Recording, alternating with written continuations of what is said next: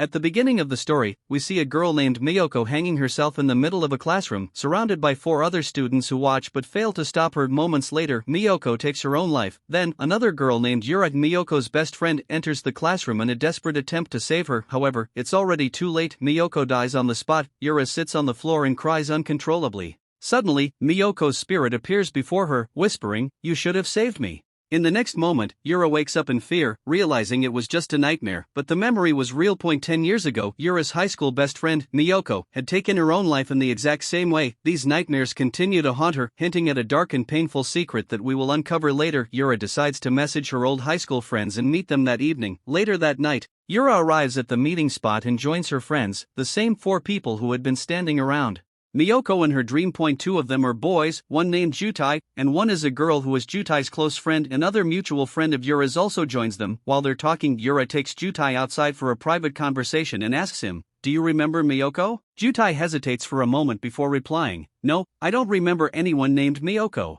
Yoo-ra tries to jog his memory, reminding him that they were all classmates once, but Jin-Tae denies it again, saying firmly, "I told you, I don't remember any Miyoko." Suddenly, Yoo-ra starts feeling dizzy and nauseous. She rushes to the bathroom, where she sees a terrifying spirit and faints from fear. After fainting, Yoo-ra has a vision from her childhood. She sees herself and Miyoko as best friends, with Miyoko gifting her a bracelet. When Yoo-ra wakes up, she finds herself inside a car with her friends, who are now on a long drive. They tell her she must have fainted because of weakness. While they drive, her friend is at the wheel, and the others fall asleep.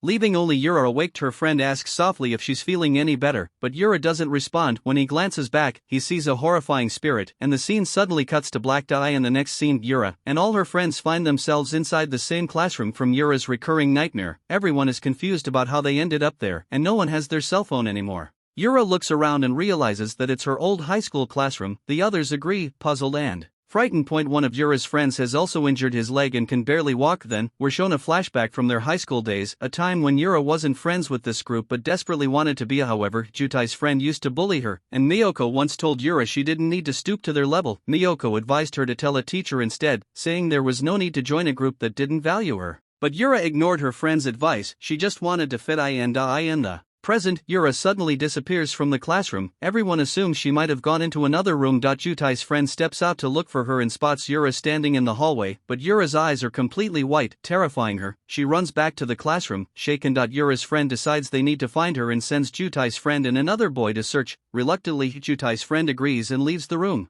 After a while, she says she needs to use the bathroom. She tells the other friend to wait outside and goes in, only to find Yoo-ra already there hiding. But when Jin-Tae's friend walks out, she suddenly feels a sharp, stabbing pain in her ear. The story then flashes back to high school again. One day, Jin-Tae's friend had slapped Miyoko so hard that Miyoko's ear started bleeding. She could barely hear afterward. Jin-Tae's friend had done this because she thought Miyoko had spoken privately with her boyfriend the previous day. Miyoko denied it, but Jin-Tae's friend turned to Yoo-ra and demanded, "Did Miyoko talk to him yesterday?" Out of fear and a desire to stay in the group, Yoo-ra lied and said, "Yes." In that moment, she betrayed her best friend just to fit in. This lie led to Miyoko's beating. Back in the present, Miyoko's spirit appears beside Jin-Tae's friend, whispering something she can't hear as her ear pain worsens. A screwdriver suddenly materializes in front of her. Miyoko's spirit commands her to put it in her ear. Possessed and in agony, Jin-Tae's friend obeys. She drives the screwdriver deep into her own ear, dying painfully as Miyoko's ghost forces her to do it. Just then, Yoo-ra and another friend arrive, horrified to see her lifeless body on the floor. They realize Miyoko's spirit is behind everything, taking revenge on each of them one by one. Yoo-ra's friend drags her away in panic and hides in a laboratory. There, he sees a frog in a tank, and the story flashes back again. In high school, the same boy had been cruel to Miyoko, even trying to force-feed her an experimental frog during class. Now, his karma comes full circle. In the present, frogs begin crawling out of his mouth, and more move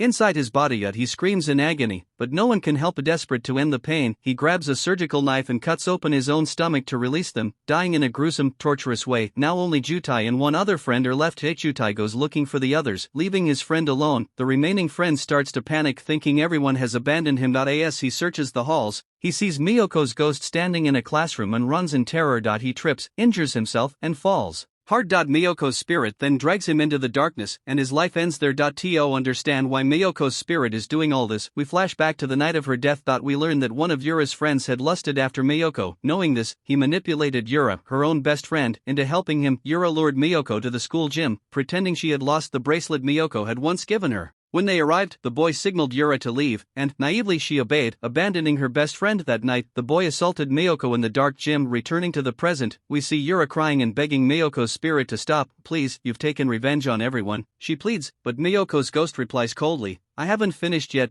There's still one more left, and I will take my revenge soon. Just then, Jin-Tae appears, having found Yoo-ra. He comforts her as she sobs and confesses, I've been hearing Miyoko's voice. She's been talking about all of us. Jin-Tae asks nervously, what did she say about me? Yoo-ra suddenly sees another vision, a memory of Miyoko and Jin-Tae's past. After the night of the assault, Jin-Tae had been the one to comfort the traumatized Miyoko. They grew close over time. One day, while talking, Miyoko noticed Jin-Tae sketching and asked, you've been drawing something lately, what is it? Jin-Tae smiled and said, I'll show you when the time is right. Later, he told her he'd left his phone in the art room, so they went there together. Miyoko waited inside while Jin-Tae stepped out to use the bathroom. While waiting, she found his phone and the drawing he had been working on. When she lifted the cloth off the canvas, she froze. The drawing showed the scene of her being harassed by Yoo-ra's friend. That's when she realized Jin-Tae wasn't her friend at all. He had witnessed the whole assault that night but had done nothing to stop it. When Jin-Tae returned and saw Miyoko had torn up his sketch in anger, he laughed maniacally, taking pleasure in her pain. Now in the present, Miyoko's spirit possesses Yoo-ra. Consumed by vengeance, Yoo-ra repeatedly stabs Jin-Tae with a sharp object, killing him brutally. After Jin-Tae's death, Yoo-ra walks to the school rooftop, where she finds the old bracelet Miyoko once gave her. Miyoko's spirit appears behind her. Yoo-ra, in tears, apologizes for everything, for betraying her, for leaving her alone, for not saving her, but Miyoko's ghost doesn't forgive her. She grabs Yoo-ra by the neck and begins strangling her. As the last surviving person, Yoo-ra becomes Miyoko's final act of vengeance. By killing Yoo-ra, Miyoko finally avenges the betrayal that led to her death, and her tormented soul at last finds peace. The film ends with Yoo-ra's lifeless body and Miyoko's spirit fading away into the darkness.